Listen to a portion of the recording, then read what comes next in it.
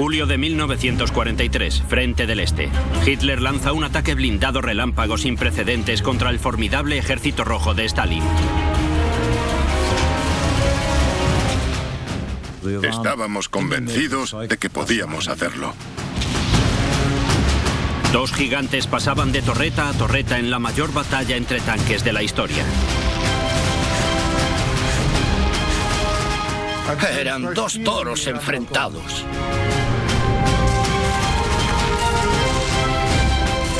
La derrota no es una opción.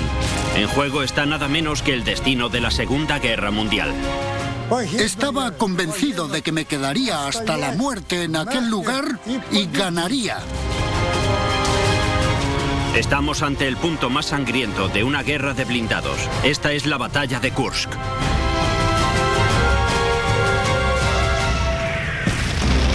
La gran batalla de los tanques, la batalla de Kursk, segunda parte.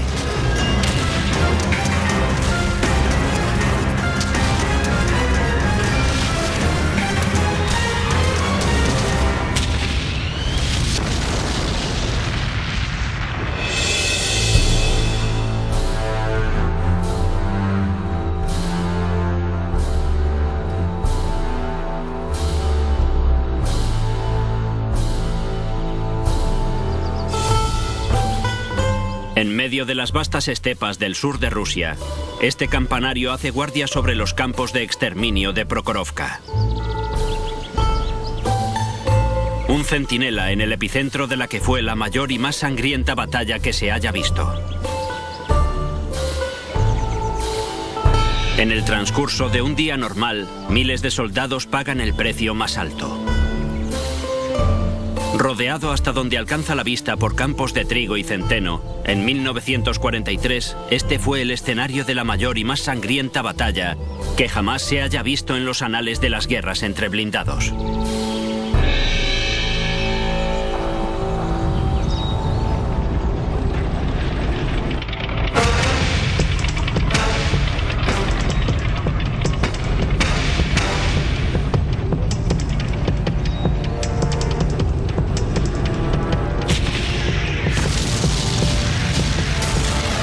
Operación Ciudadela. El último esfuerzo de Hitler para cambiar el rumbo de la guerra en el Frente del Este.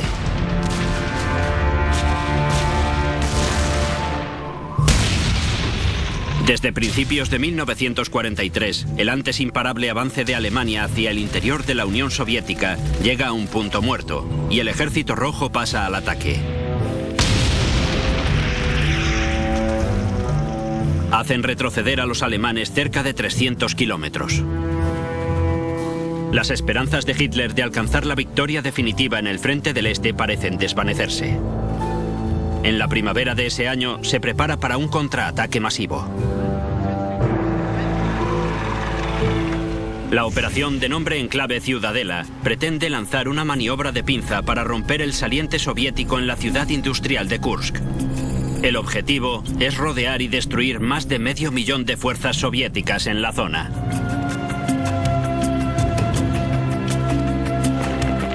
Por primera vez, liderando el ataque, se encuentran las tropas de élite de la Guardia Pretoriana de Hitler.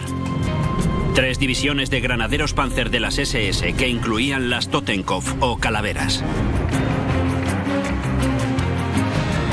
Reclutados de las filas de las juventudes hitlerianas, estos nuevos reclutas del Frente del Este son fanáticos y no tienen miedo.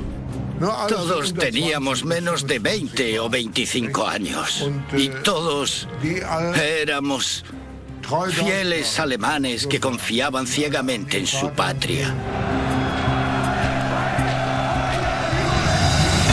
Para el ataque, los alemanes han reunido 780.000 hombres, cerca de 10.000 cañones y 2.500 tanques. Hitler está convencido de que el gran momento por el que pasan sus divisiones Panzer tiene que llevar a los alemanes a la victoria. Retrasa la Operación Ciudadela durante más de 3 meses hasta que pueda utilizar su nueva arma secreta, un rediseñado tanque Pantera.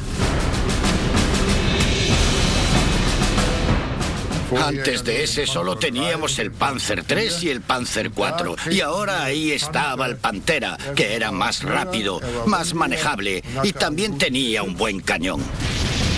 Sin embargo, el retraso le concede el tiempo necesario a Stalin para prepararse. Su estrategia es centrarse en la fuerza. Para enfrentarse al ataque de los Panzer, empiezan a colocar minas y miles de reclutas cavan zanjas y trincheras antitanque.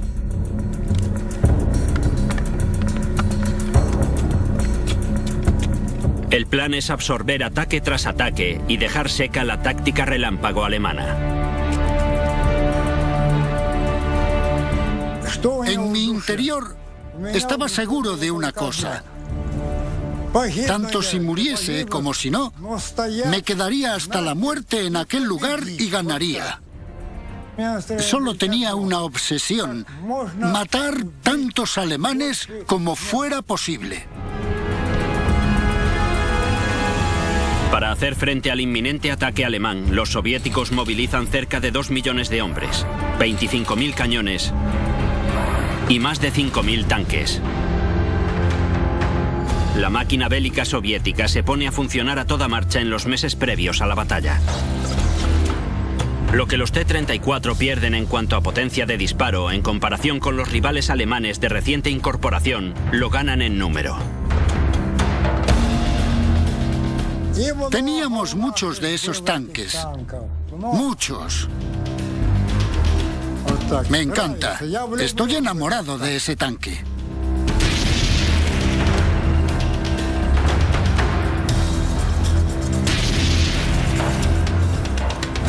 El T-34 es la columna vertebral de los cuerpos blindados soviéticos. Equipado con un cañón principal de 76 milímetros y 4,8 centímetros de blindaje frontal, este tanque representa el equilibrio perfecto entre potencia de disparo y protección.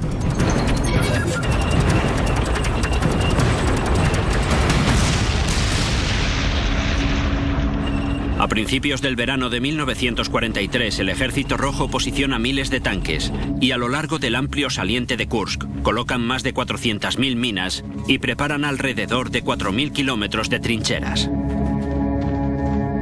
Por fin están listos para el ataque de los alemanes y sobre la medianoche del 5 de julio, eso es precisamente lo que hacen.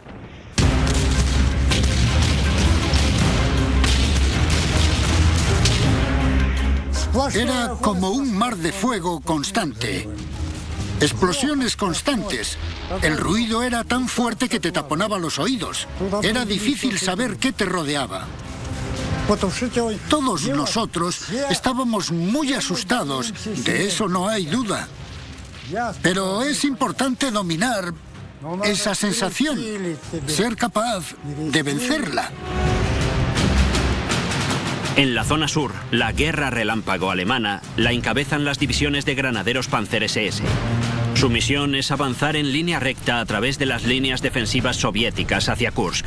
El flanco derecho está protegido por la tercera fuerza Panzer, cuyo objetivo fundamental es proteger el avance a través del río Donets y hacerlo a primera hora del día ante el fuego enemigo.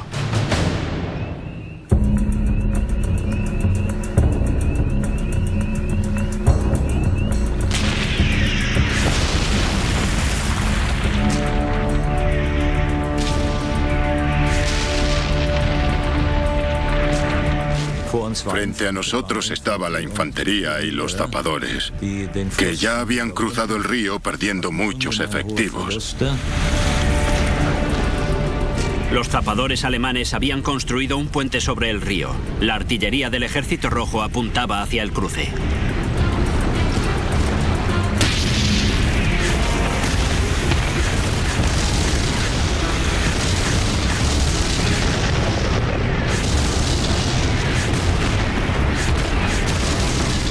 En el tanque, si cerrábamos la escotilla, estábamos a salvo. Los tapadores estaban allí sentados con sus cascos de acero y un silbato en la boca. Parece que el agua hierve con la furia del ataque de la artillería. Rubel consigue cruzar con la mayoría de sus tanques y se encuentra con otro obstáculo, las minas. Son minas antipersona dirigidas a la infantería, pero también dañan el blindaje de los tanques.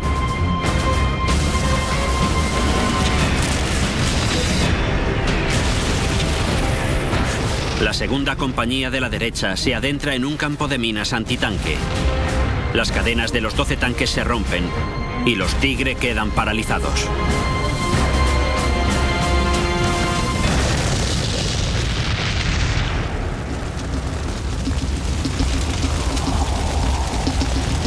En el flanco derecho, los alemanes sufren grandes pérdidas, pero no hay nada que pueda parar a las SS en la zona central.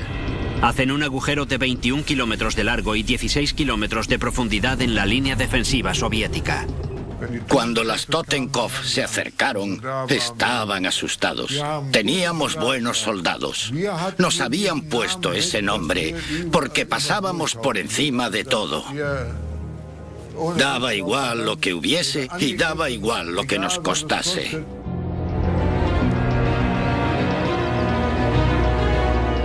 A través de las extensas estepas, los artilleros y las tripulaciones de los tanques del Ejército Rojo deben enfrentarse al ataque de los tanques Tigre cara a cara. Yo era el comandante de la tercera compañía de artilleros.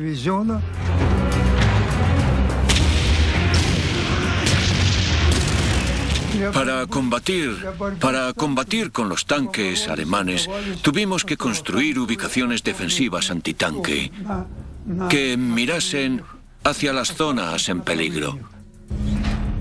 Siempre teníamos que tener cuidado con los tanques Tigre, por supuesto.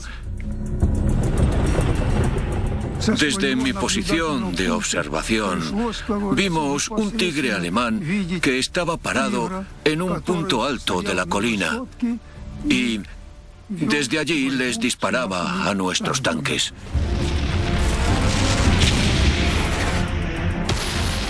Estaba allí plantado y no dejaba que ninguno de nuestros tanques se acercase. No importaba lo que hiciésemos para alcanzarlo, desde la izquierda o desde la derecha, daba igual.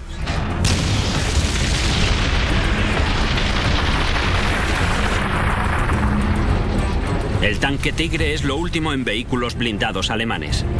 Revestido con casi 10 centímetros de blindaje, es prácticamente impenetrable ante un ataque frontal. Pero es su cañón de 88 milímetros, con un alcance de más de 2 kilómetros, lo que lo convierte en el arma más letal de los amplios y desgarbados campos de batalla de la estepa rusa.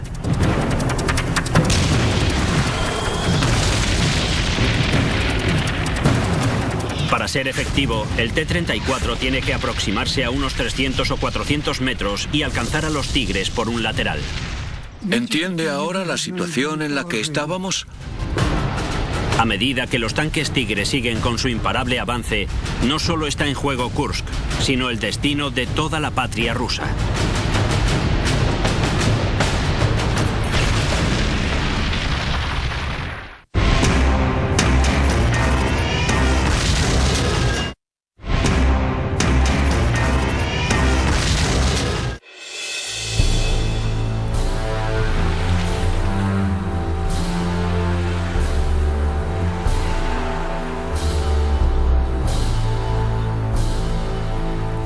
Esta es la actual ciudad de Kursk, en medio de las vastas estepas rusas. En 1943 fue el epicentro de un enfrentamiento titánico. Aquí fue donde el mundo contuvo la respiración y se decidió el destino de dos poderosos imperios.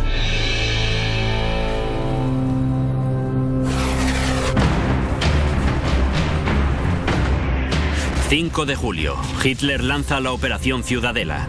Su división Panzer de élite choca contra la defensa soviética y el frente del este arde en llamas. Con una clásica maniobra de pinza, Hitler lanza ataques simultáneos en el saliente de Kursk.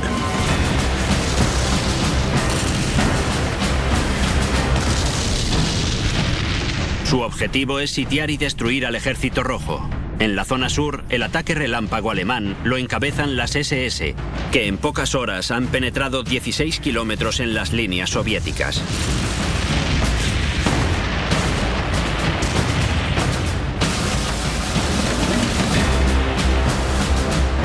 Los tanques del Ejército Rojo reciben órdenes de avanzar al encuentro del ataque alemán y crear una defensa en la retaguardia.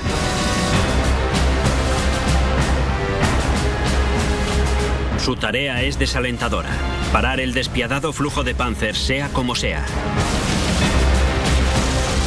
Sobrepasados por la potencia de los tanques Tigre, los soviéticos se ven obligados a acercarse para alcanzarlos en sus vulnerables laterales. Es un gran riesgo porque el Tigre puede destruir un T-34 a una distancia de 2000 metros.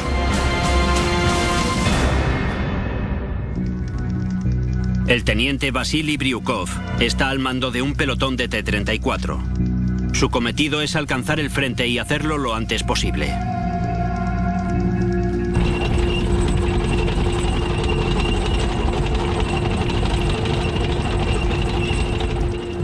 Va de norte a sur a orillas del río Psel, pasando por una zanja natural e intentando permanecer a cubierto fuera del alcance de los tanques Tigre.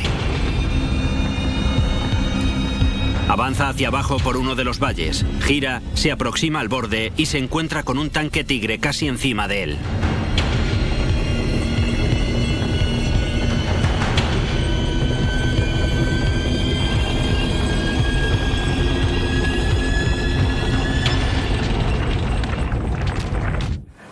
Creo que no sentí nada.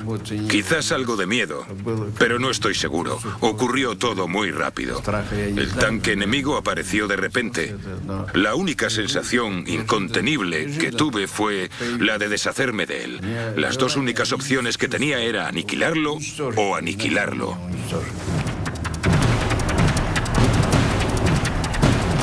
Bryukov tiene suerte. Tiene al Tigre a tiro y en un punto débil, la parte inferior.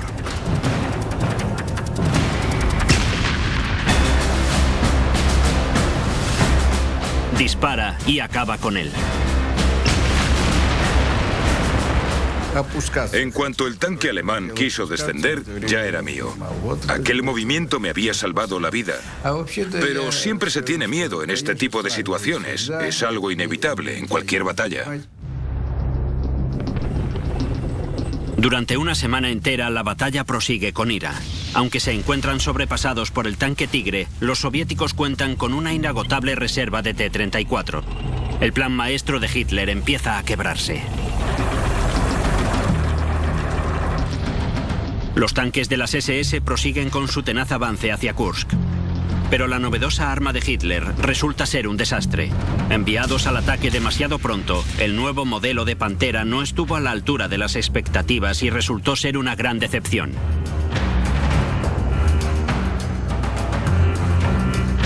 Se quedan fuera de combate en el campo de batalla y tan solo 10 de los 200 siguen luchando. El tercer cuerpo Panzer ha sido incapaz de escapar de la cabeza de puente en el río Donets.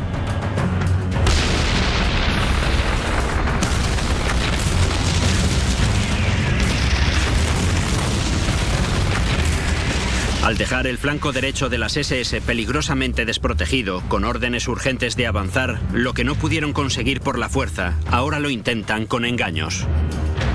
Un avance secreto a medianoche, directo sobre la defensa soviética. Es el audaz y arriesgado plan del comandante Franz Becker, de la 6ª División Panzer, que se caracteriza por no tenerle miedo a nada. El objetivo de Becker era ganar la mayor cantidad de territorio posible para alcanzar el objetivo. Hubo gente que prefería esperar a que se hiciese de día, pero él dijo, no, este es el mejor momento para atacar. Y así fue. 2 T-34 capturados se colocaron delante como protección. Están marcados con la cruz negra alemana, pero han sido cubiertos con toallas.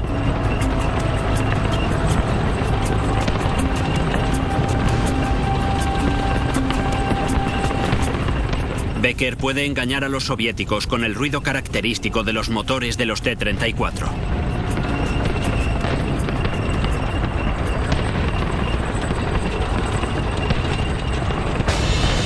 Una columna de 22 tanques emergió en la dirección opuesta.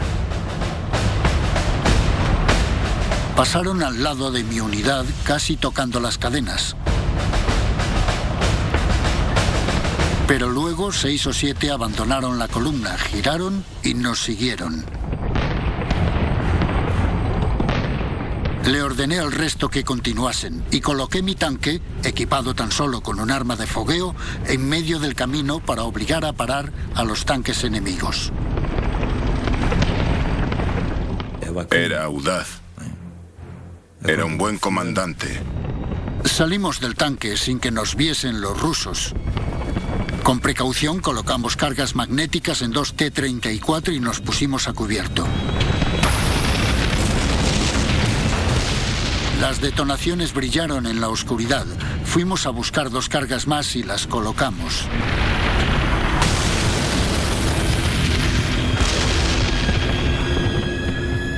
A continuación se quitaron las toallas que tapaban las insignias y comenzamos a dispararles. La estrategia del comandante fue un éxito. Conseguimos dejar fuera de combate a muchos rusos.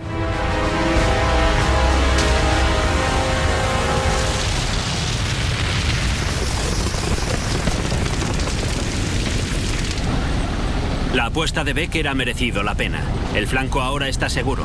Las SS se desplazan hacia la derecha para enfrentarse a las últimas líneas defensivas del pueblo de Prokhorovka, antes del avance final hacia Kursk. Pero los alemanes ignoran por completo que hay 500 tanques del 5º Ejército de la Guardia Soviética bloqueando el camino, y la mayor batalla blindada de la historia está a punto de dar comienzo.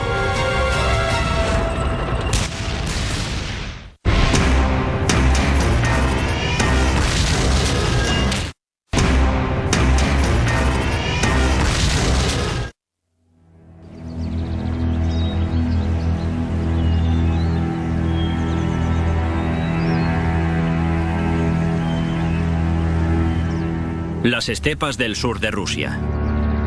Hoy en día un delicado paisaje ondulado de campos de trigo y centeno. En 1943 fue un campo de batalla donde un tanque de 50 toneladas no se podía esconder.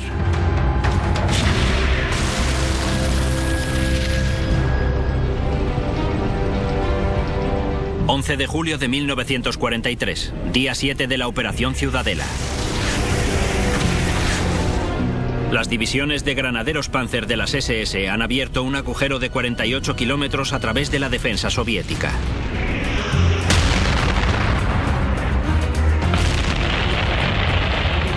La batalla de Kursk está a punto de llegar al clímax de una increíble violencia.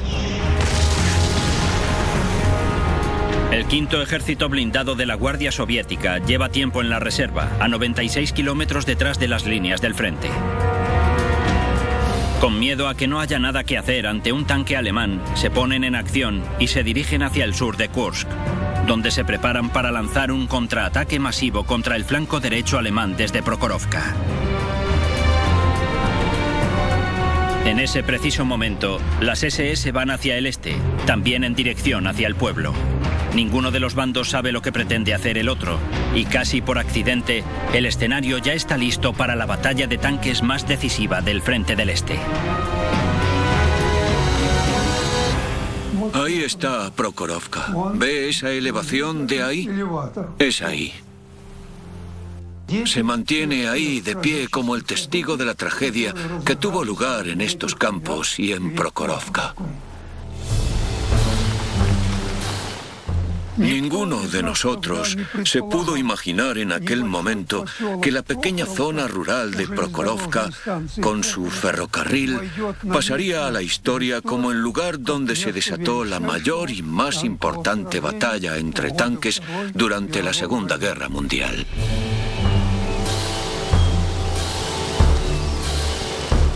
Desde el puesto de mando en Prokhorovka, el teniente general Rotmistrov, comandante del 5º Ejército Blindado de la Guardia Soviética, divisa tanques a lo lejos. Primero piensa que son unidades de avance de sus propios T-34. Pero luego se lleva una sorpresa. Descubre que son tanques alemanes. Los acontecimientos han dejado atrás los planes soviéticos de contraatacar. Ahora deben enfrentarse a las SS alemanas.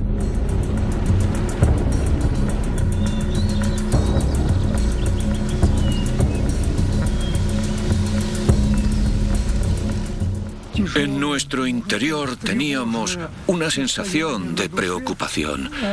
A las órdenes del comandante general, teníamos que permanecer luchando hasta la muerte y no permitir que el enemigo tomase Prokhorovka. Amanecer del 12 de julio. El estruendo de los motores de los tanques se escucha a kilómetros de distancia, ya que 300 tanques alemanes y 500 T-34 soviéticos se preparan para la batalla. Tras un terraplén del ferrocarril, en el flanco izquierdo ruso, Savely Ilich manda un emplazamiento de cañones antitanque. A las 8:30 es uno de los primeros en observar cómo tropas de las SS avanzan en masa. Todo el campo de Prokhorovka estaba cubierto por los tanques en movimiento.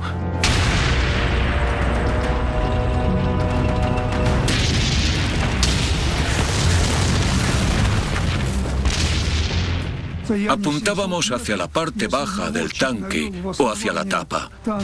Si la pequeña cruz del centro del blanco se fijaba en uno de esos puntos, entonces el proyectil iría a parar directamente al objetivo.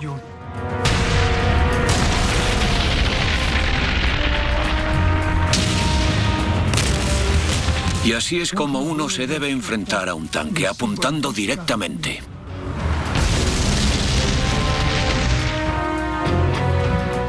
Había que aprender rápido durante esta guerra.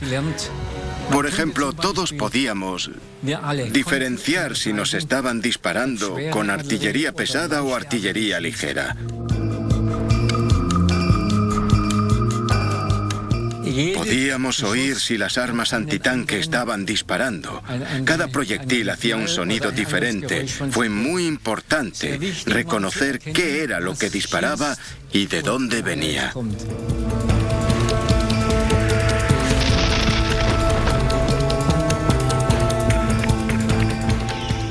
La munición perforante que usamos tiene una masa especial en su interior. Cuando el proyectil colisiona contra el casco del tanque, este comienza a arder de inmediato. El proyectil perforante soviético cuenta con un relleno altamente explosivo para perforar 5 centímetros de blindaje a una distancia de 1 kilómetro, estallando tras impactar y destruyendo el tanque desde el interior. Los cartuchos soviéticos envuelven a los tanques en llamas, convirtiéndolos en ollas a presión explosivas. Cuando alcanzaron a algunos de nuestros tanques, las tripulaciones sufrieron quemaduras horribles. Un tanque que estaba a mi izquierda fue alcanzado y se oían unos gritos espantosos.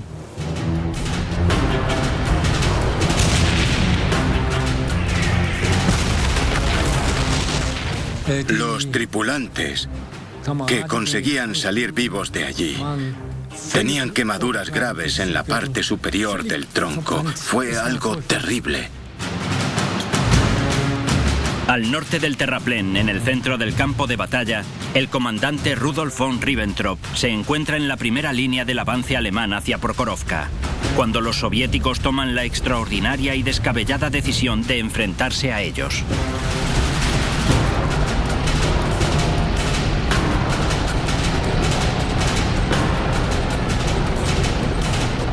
Lo que vi me dejó sin palabras. En la distancia, sobre 150 o 200 metros ante mí, aparecieron tanques y más tanques. Oleada tras oleada. Demasiados para poder contarlos. Era una concurrencia de tanques inimaginable y se desplazaban a una velocidad muy alta. Y de repente estábamos cara a cara. No se esperaban que llegásemos tan rápido, y nosotros tampoco. Las SS adoptan la estrategia Panzerkeil, una formación en cuña con tanques Tigre en la punta y Panzer IV ligeros a los lados. El objetivo es utilizar los vehículos pesados para penetrar las líneas enemigas. El T-34 soviético lidera un ataque a través de los campos para encontrarse con la letal Panzerkeil. Superados por el Tigre, su única esperanza es acercarse lo máximo y lo más rápido posible. Probablemente pensasen que sería más tarde, pero no. Ahí estaban esas dos grandes masas en colisión. Y al principio todo el mundo estaba un poco confuso, e incluso se quedaron mudos, sin palabras.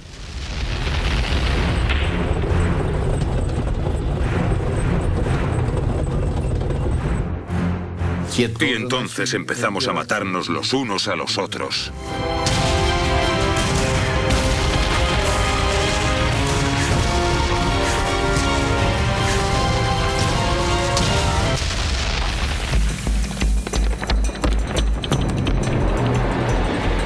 El campo de batalla es una masa caótica de tanques que se disparan a corta distancia.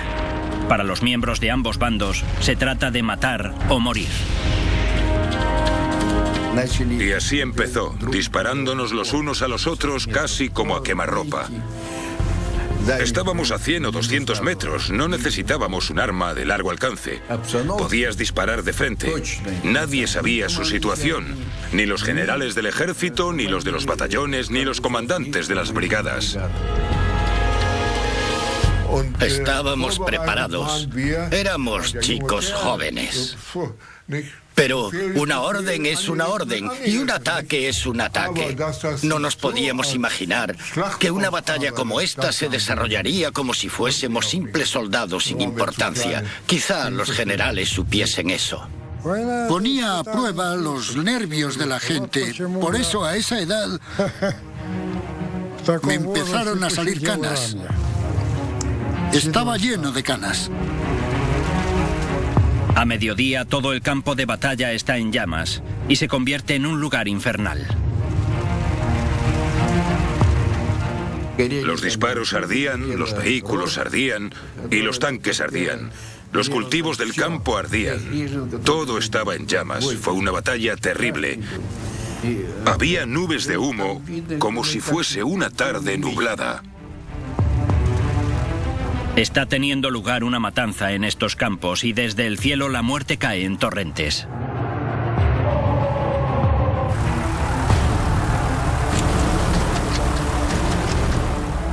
Todos estábamos bombardeando. Nosotros bombardeábamos. Los alemanes también. Los alemanes no creo que tuviesen objetivos. Ellos bombardeaban y punto. La matanza es indiscriminada. La muerte acecha desde cada ángulo y los tripulantes de los tanques están atrapados en medio. La gente le tiene miedo a la muerte. Nadie quiere morir.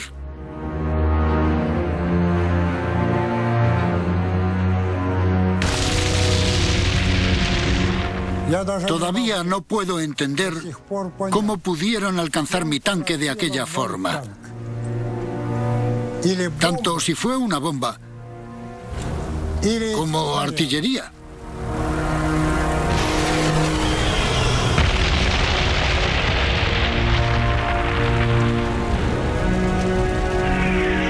El T-34 de Pavel está lleno de combustible y munición. Todo lo que hay dentro puede arder. Le dice a su comandante que tienen que evacuar, pero nadie contesta. El comandante ha muerto. El compañero que tenía al lado abrió la tapa del tanque que estaba sobre mí. Luego, cuando me sacaron de dentro, lo único que escuché fue una explosión.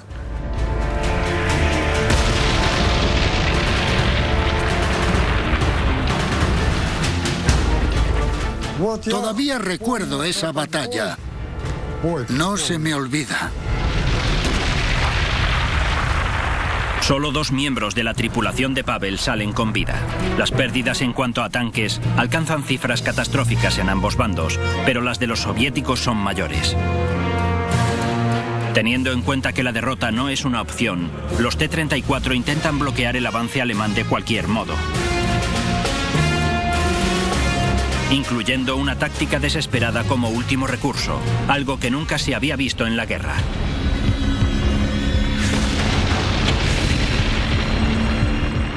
De repente, nos encontramos cara a cara. Era como 2 toros enfrentados.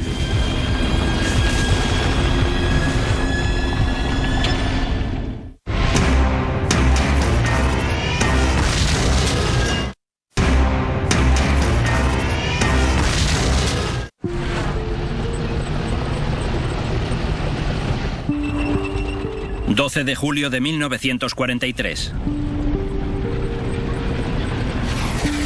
La batalla de Kursk lleva rugiendo 7 días y la Operación Ciudadela, el último cartucho de Hitler para hacerse con la victoria en el frente del Este, está a punto de llegar a su momento más sangriento en los campos de las afueras de Prokhorovka. 300 tanques de las divisiones de granaderos Panzer de las SS y 500 del Ejército Rojo Soviético colisionan, cara a cara, en un campo de batalla de 5 por 7 kilómetros. Es la mayor concentración de potencia de fuego blindada que se haya reunido jamás, y una lucha desesperada a muerte. Las unidades de élite de las SS se han estado preparando para la más sangrienta de las batallas, pero esta es una guerra como nunca se ha visto, y nada los puede preparar para la matanza en la que se verán metidos.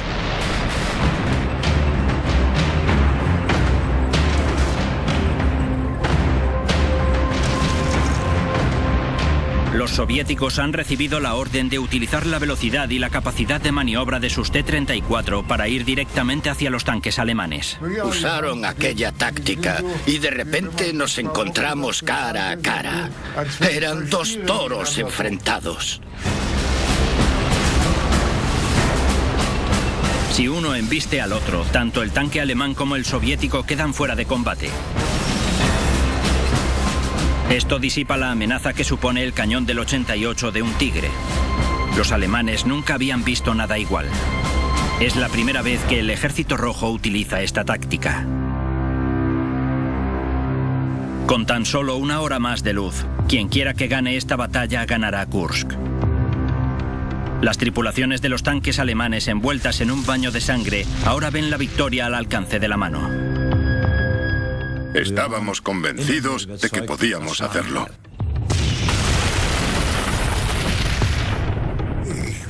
Debo decir que no teníamos miedo. Lo que hacíamos era atacar y atacar. Las SS avanzan sin descanso hacia la tormenta de fuego. Las divisiones blindadas soviéticas se ven obligadas a retroceder casi hasta las afueras de Prokhorovka. Y ahora el pánico se apodera de las tropas rusas.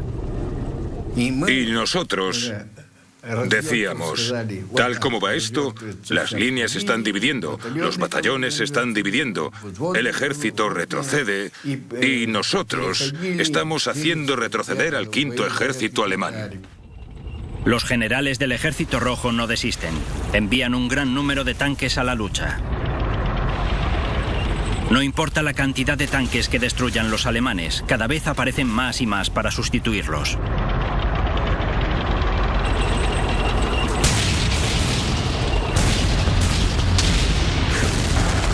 La avalancha de tanques rusos coge por sorpresa a von Ribbentrop.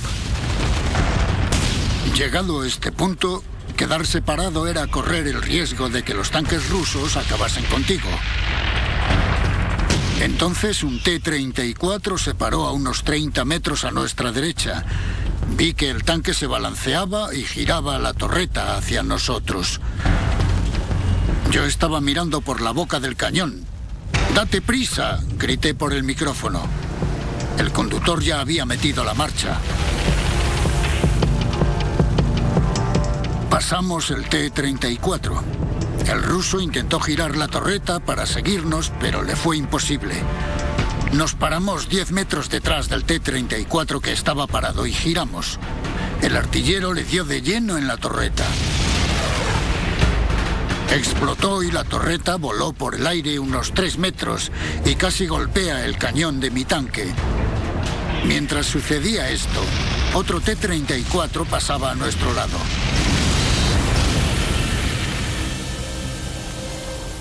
Al final del día, después de 11 horas de carnicería, ninguno de los dos bandos había ganado terreno.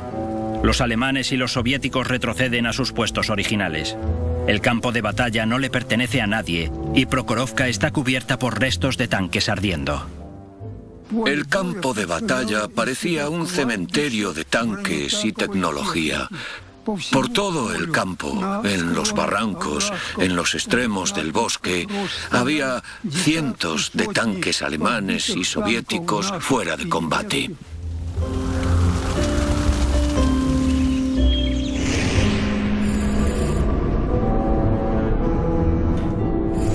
En Kursk, la guerra relámpago alemana del Frente del Este ha chocado contra un muro. En vista de la feroz resistencia soviética, ningún tanque de la formación en pinza de Hitler ha llegado al objetivo.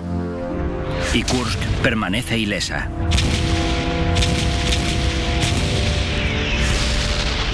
Las bajas en ambos bandos son incontables. La Operación Ciudadela se ha cobrado la vida de 80.000 hombres y ha destrozado cerca de 3.000 tanques. Los soviéticos se han defendido contra los alemanes. Para el Ejército Rojo este día será recordado como la gran victoria. El día después de Prokhorovka, con las noticias de la invasión aliada al sur de Italia, Hitler suspende la Operación Ciudadela para enfrentarse a una guerra que cuenta ahora con dos frentes.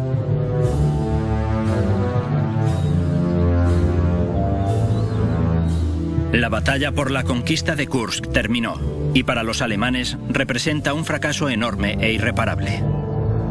Desde los campos de Prokhorovka comienzan una retirada que en 2 años los llevará a todos de vuelta a Berlín. La verdad, fue muy duro para nuestra moral. ¿Qué? ¿Nos retiramos? No nos puede estar pasando esto.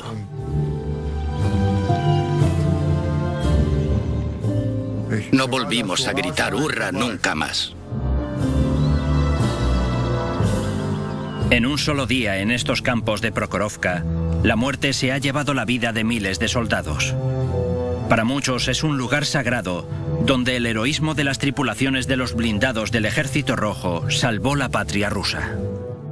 Creo que fue una gran e histórica batalla. Los historiadores han reconocido que esta batalla fue una de las más impresionantes y decisivas de la guerra.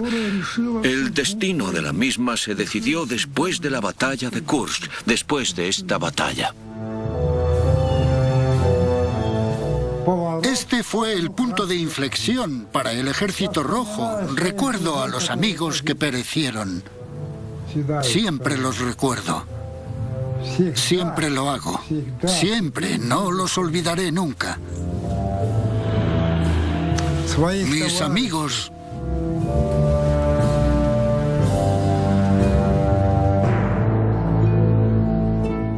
Que descansen en paz, como decían ellos.